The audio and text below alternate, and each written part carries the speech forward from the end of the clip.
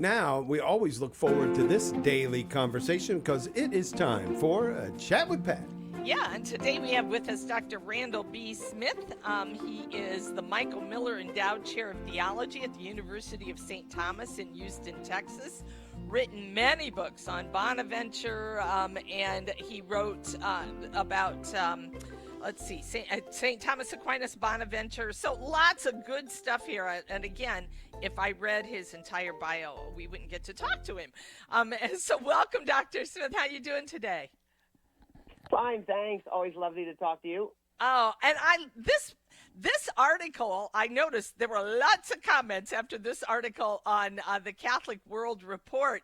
So you really this is going on. And the name of the title is Small Catholic Liberal Arts Colleges Are Doomed Unless. And you start out with the statistics that 2020, 70 public and nonprofit colleges have closed since 2020. And as I hate to report, 2 in our area, small Catholic colleges have closed. One at which I taught, it just closed in August. So can you kind of give us a look in what your study of all of this, what are the issues that are making this so difficult, especially for small Catholic colleges? Well, there's a number of things. One is there is, as people have noted for a number of years, what they sometimes call the demographic cliff, which is to say that the number of college-age kids is going to go down over the next couple of years. So that's one issue, right? Mm-hmm. In other words, you're getting a smaller group of college-age kids, and people knew this was coming, after the baby boom and millennials, et cetera. Anyway, so this was one issue. Right. And so there's just fewer kids to go to college. Another is people are less convinced, you've been reading about this, that college is actually, the road to success, as it were. There are other ways of being successful in life, right? Right. Other kinds of ways. It's a very expensive, proposition, so people are less willing to spend that kind of money. As some of these Catholic schools sort of lose their distinctive Catholic identity, people, they don't really seem to understand that's their niche, Right. That's their value add. And if it become like every other school, then people just aren't convinced that, well, why would I spend that money to go to Catholic school, which isn't really Catholic? Now, do you think, Dr. Smith, that this is hitting small Catholic colleges more than other universities? And if so, why? I mean, I know the things no. you already, but what what might make them different? No, I think that the small Catholic schools are, this is a general issue which is hitting Sure. a lot of small liberal arts colleges. And again, that's the other issue, which is to say, if you're a liberal arts college and you're not really doing the liberal arts very well, you've just become a kind of minor, sort of research university, but not such a big research university. You don't have a big football team or anything like that. Right. That's another reason why you might end up failing. But no, across the United States, these small schools are having trouble. Okay. Now, one of the things, because the title says small Catholic liberal arts colleges, it appears to me many small Catholic colleges over time have abandoned the liberal arts, even though they hang on to that, title. They're not really liberal arts anymore. So can you kind of tell us, because the article says unless. So what should we be looking at, and especially for small Catholic colleges, so that they can survive and flourish?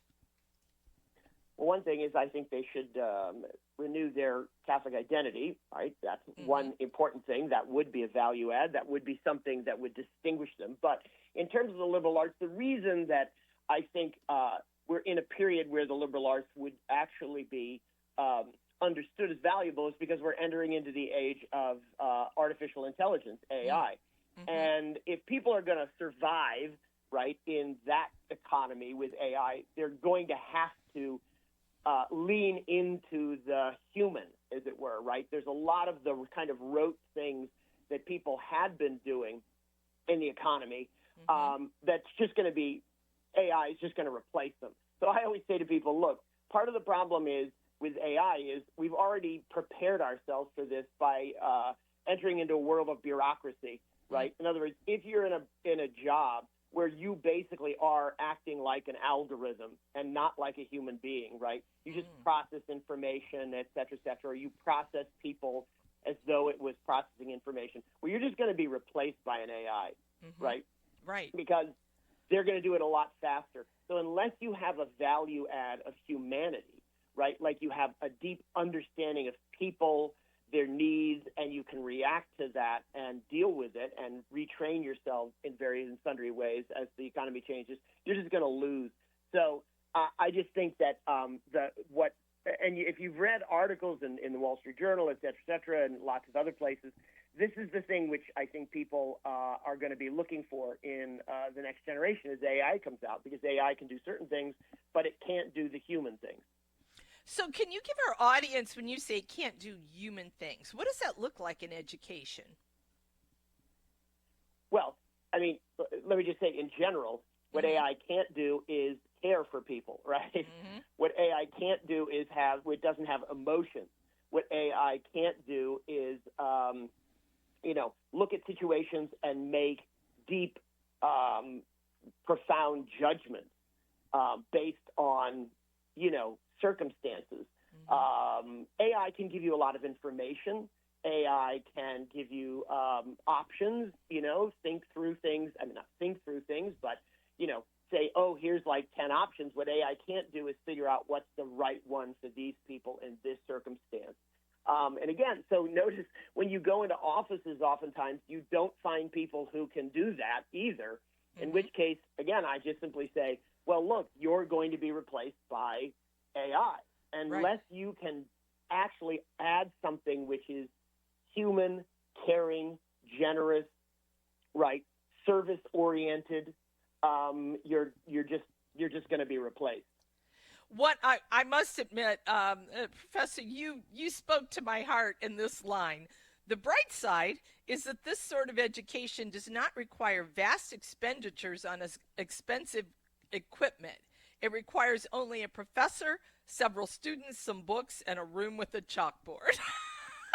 I love that, because I think that is one of the ways we've kind of got off track, right? We think we need all this fancy stuff, but it really doesn't necessarily help students engage like deeper conversation where you push them to think more within the classroom. Do you think we're capable of making these kinds of changes especially in the world around us? Are we going to have to start testing this out? Well, we're certainly capable of doing it, right? Every generation has done it. And, there's that thing where, when you were young, you say, can I do it? And then your mother says, may you do? Anyway, all right. And the point is, we can. I don't know whether we'll be allowed to. Right? Again, bureaucracies can be very concrete, and not very flexible. And so I just think, look, you're doomed unless you do this, right? And we have the ability, but it's just the question of having the will and the creativity to kind of lean into it. Oh, thank you so much, Dr. Smith. I really appreciate you being with us today. Have a good week ahead. Always a delight. Take care.